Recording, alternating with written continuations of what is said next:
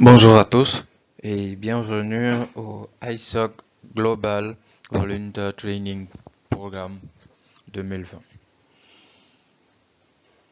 Ma présentation vidéo portera le thème de chiffrement, protection des données. Alors, nous allons parler bien évidemment, du chiffrement, de l'importance du chiffrement dans la protection des données, les menaces encourues par le chiffrement dans nos différentes institutions, l'apport de l'ISOC pour la pérennisation du chiffrement. Alors, pour entrer dans le vif du sujet, je vais vous faire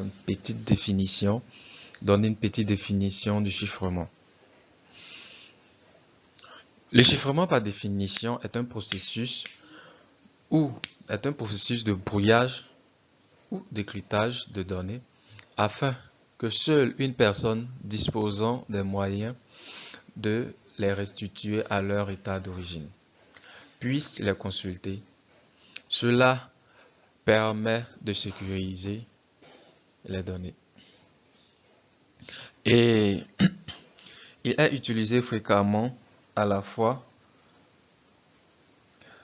de données au repos et de données en transit. Les données au repos sont des données que vous stockez sur votre ordinateur. Et les données en transit sont des données qui transitent bien évidemment dans le réseau Internet.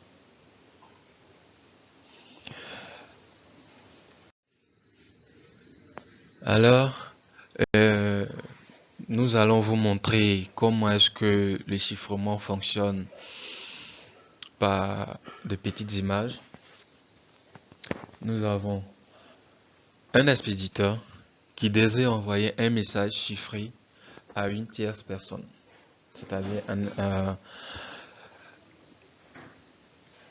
le message est chiffré à l'envoi.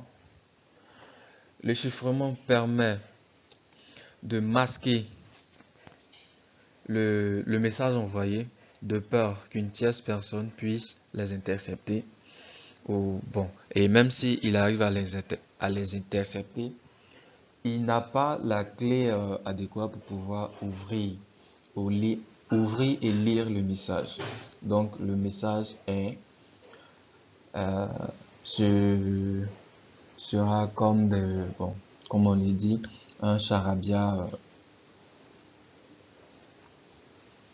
Enfin, le message arrive déchiffré, c'est-à-dire celui, le destinataire qui a la clé peut ouvrir le message et lire le message qui lui est envoyé.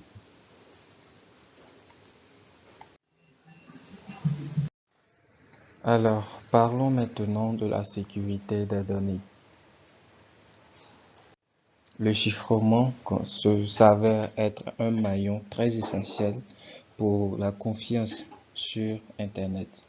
Il s'assure que chaque utilisateur d'Internet ne puisse pas être exposé par des méthodes qui sont: d'abord, il empêche l'altération de vos données. Savoir avec certitude avec qui nous sommes en train de communiquer. Signer des documents numériques, c'est-à-dire mettre un identifiant sur chaque donnée ou document qui est acheminé sur le réseau.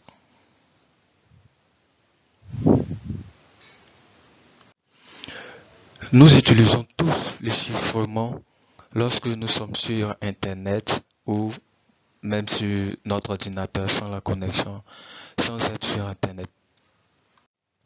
Nous avons un système robuste et fondamental pour la sécurité et la confidentialité des données que nous stockons ou transmettons. Il est crucial pour le fonctionnement de nombreux éléments de notre société. Le chiffrement est utilisé dans la navigation sur Internet. avec le protocole HTTPS. Il permet de sécuriser vos entrées et vos sorties, les sorties et entrées de vos différentes données. Il est utilisé aussi dans le e-commerce qui favorise la sécurité des différents échanges qu'il y a sur le réseau, c'est-à-dire les échanges financiers, lorsque vous êtes en train de vérifier votre solde de compte bancaire, etc., etc. Et enfin, la messagerie sécurisée. Nous échangeons plusieurs fois. La majeure partie de nos conversations se font sur Internet. Et le chiffrement est un moyen de sécuriser nos conversations. Lorsque nous échangeons avec une tierce personne, le chiffrement comme application de messagerie chiffrée, nous pouvons citer le e-commerce, le e-message, le WhatsApp et le Signal.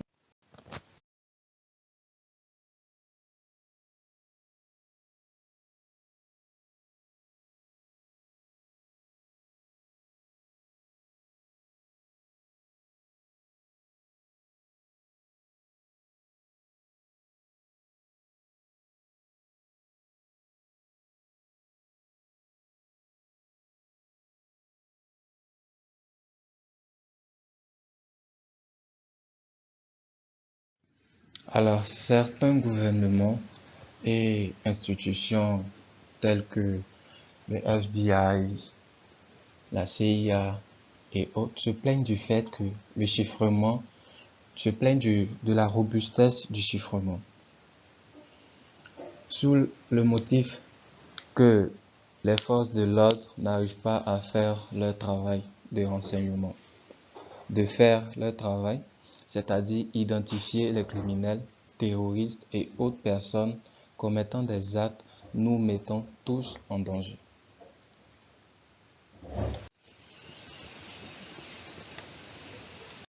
Ces institutions ou gouvernements cherchent à faire en sorte que ces entreprises, c'est-à-dire les entreprises de chiffrement, puissent créer une clé passe-partout pour les institutions ou gouvernements. Cette pratique est appelée communément porte dérobée au chiffrement. Les menaces sont diverses, entre autres dans la législative. Des lois exigent qu'une porte dérobée permet l'accès aux forces de l'ordre, généralement pour cibler des personnes suspectées d'être des criminels ou des terroristes.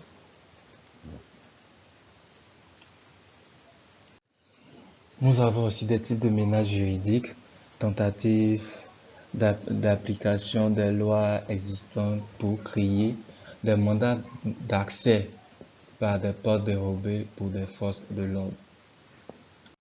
Aussi généralement pour cibler ou appréhender des suspects ou des criminels. Et enfin du type tangentiel, une menace qui ne cible pas le chiffrement mais présente malgré tout un risque pour le chiffrement, qui se traduit par la propagation en ligne des fausses informations et des données à caractère extrémiste.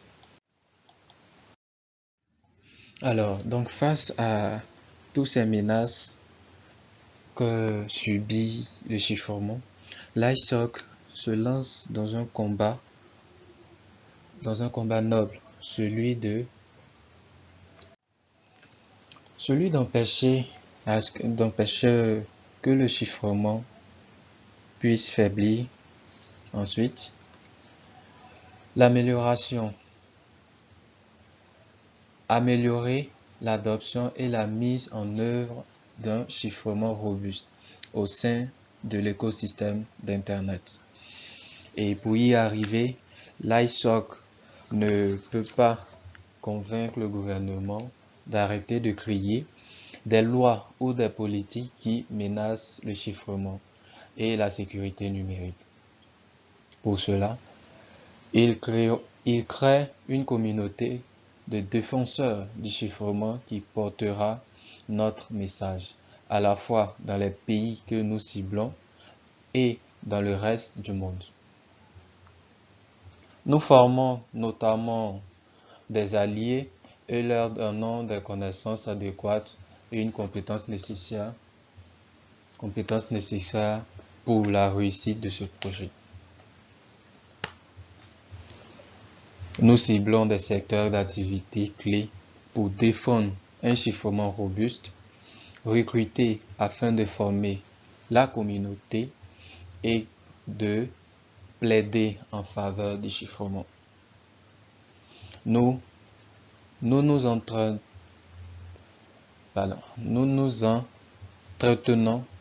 avec des organisations gouvernementaux influents dans ce secteur.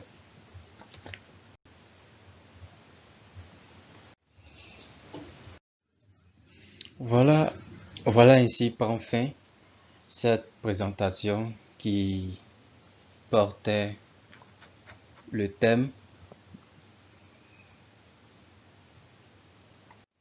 le chiffrement, protection des données,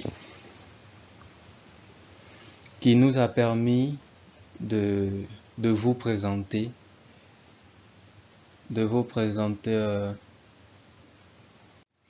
le chiffrement, aussi l'importance qu'elle a dans notre quotidien, les menaces auxquelles elles font face, et enfin, le soutien de l'ISOC vis-à-vis du chiffrement. Un grand merci à tous pour votre attention et je salue cette initiative de l'ISOC visant à montrer les avantages liés au chiffrement.